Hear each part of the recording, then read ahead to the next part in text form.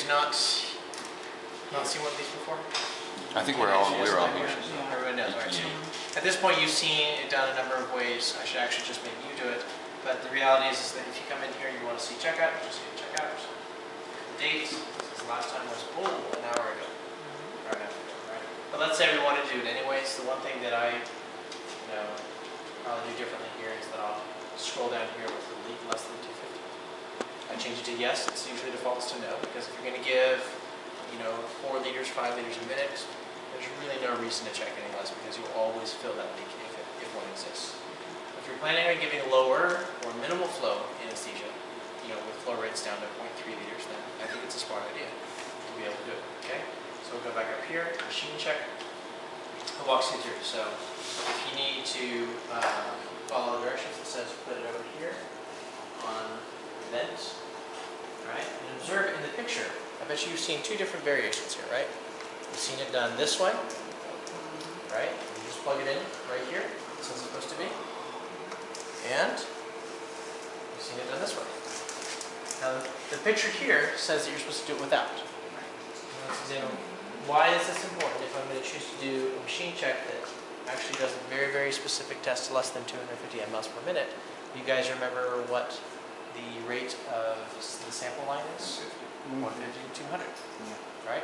So if I'm pulling out 200 potential mLs of volume every minute, then of course I'm going to have a leak. So if you're going to do it like that, then you should remove it. Okay? If you don't set that to yes, then it will never make that much of a difference. Okay? So now once you've set all that, check the settings, they're tight.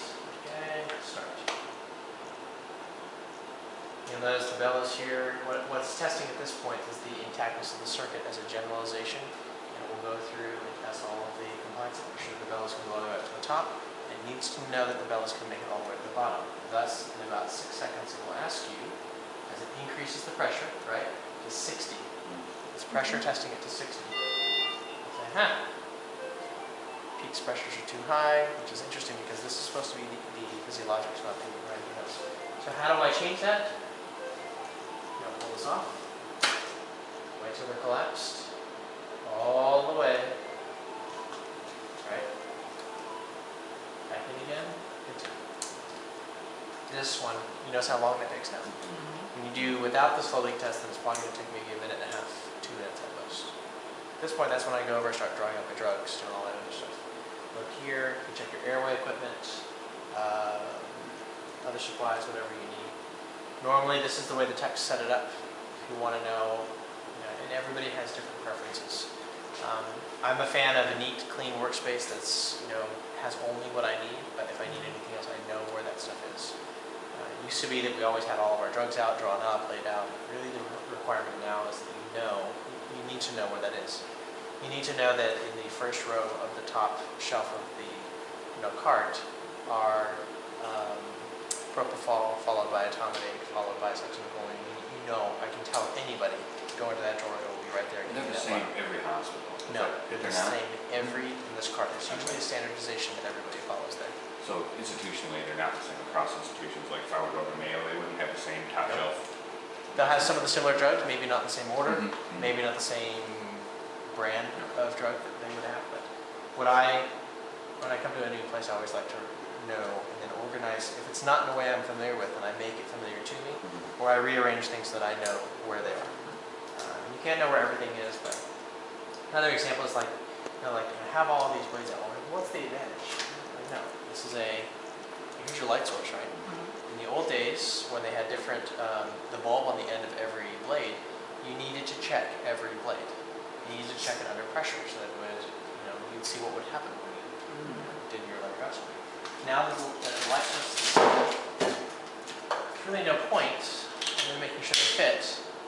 But what you do need to do is to check, right, light source, and then you do need to do this, apply pressure. I have, on more than 5 occasions, done a laryngoscopy when I did not check this in my early days, and it just went dark. And then when I let go, it's lit. Laryngoscopy, dark. So that is the single light source. So I check that one, check this one. I got 2 minutes left, so occupy the time. right? Same thing. I'll pull. Once you've checked one blade, there's really no reason why this should not work or function differently, because this is merely fiber optics. Watch. Look through there. I think if you look very carefully, you should see some color change. Right? Just fiber optic bundle. That's all it is. All right. Once it's there, I leave this. No one in their right mind uses small gloves. Away. There. I put that there. I toss that. This here. I always waste time, so when I just fold that over, I know that's there. Eyes will be next. You tap on that. They're done. It's the first thing I'm going to do, probably before, as I do an induction, is I'm going to take their eye shut before I do the intubation. So that's the first thing that comes off. The next thing after I finish the intubation is I'm going to need this one. Okay? So leave tabs, because when you've got gloves on, you can never go in through. What's that one? What's wrong with my picture?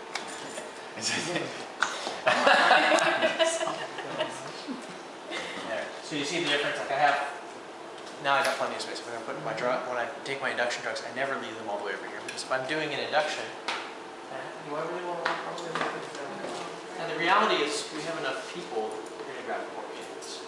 At this stage, unless you're with me at Garcia's, you're not going to be using your drugs just unless you insist on it, or you pop out and you don't take the airway and you do that.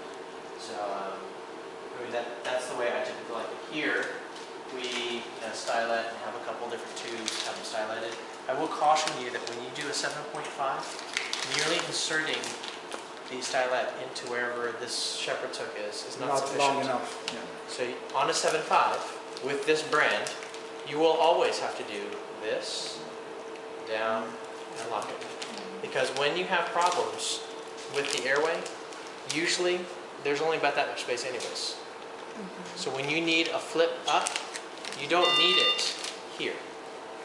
You need it there, typically. Okay. All right, so we're done with that.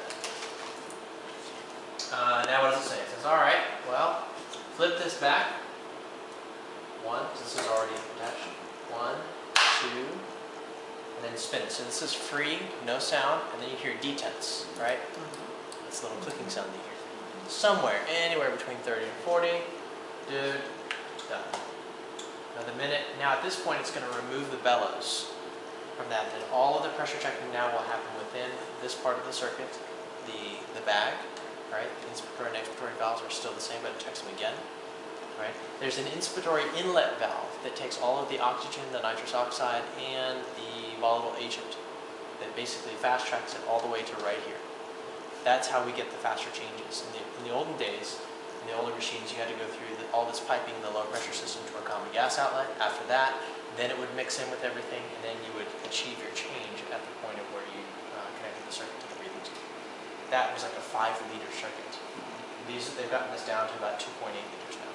So if you had a 2-liter flow, then minute and change, and whatever changes that you've made should have circulated all the way through already. Because this is right here, this is only about maybe 700 to maybe a liter at the most, from here to where the endotracheal tube is going to be. So I mean, that's very quick, 30 seconds, 45 seconds till you're about at 2 liters per minute, for instance. All right, so we're done. At this point, pull it off. Bless you. Will be recorded in posterity. Right. Sonic boom.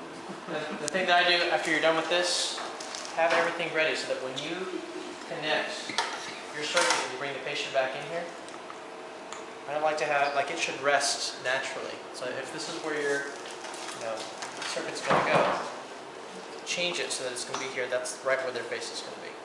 Right. And then I just leave this over here. Or what? I don't care what you do after that. Okay, good. All right, at this point, we're ready to start a case. If I was interested in beginning it, just hit start. We'll automatically ask you for some weights, whether you want to use air. I always change this to nitrous oxide. Right? We're ready to use that anyways. And then you go to start case now. That's what begins the flow of the gas through here. Now, if let's say I'm going to end the case, right? Let's end it. This is the normal way. If you wanted to come in and you forgot, how do you get it going? You just hit total flow 3 times. now the gas is running again. You see? For sure. All right. Now, things that I have not checked, right? What has not been checked definitively? Low pressure peak. We can't, we can't really do it really easily on this machine, so we really don't bother. The tank in the back, you have to make sure that the oxygen tank has got gas in it. All right, so let's check that. How do you check that here? You go to main menu. Take it. You go to system status. It says that the agent level is unavailable, that the O2 pipeline is 57 psi, and the oxygen cylinder is blank. Take it off the outlet. Open the tank and see what the volume, the pressure of the tank is. And if that's over 1,000, we're okay. Let's go do that. You want to go do it? Yeah. All right. You look like somebody who's done this many times before. So.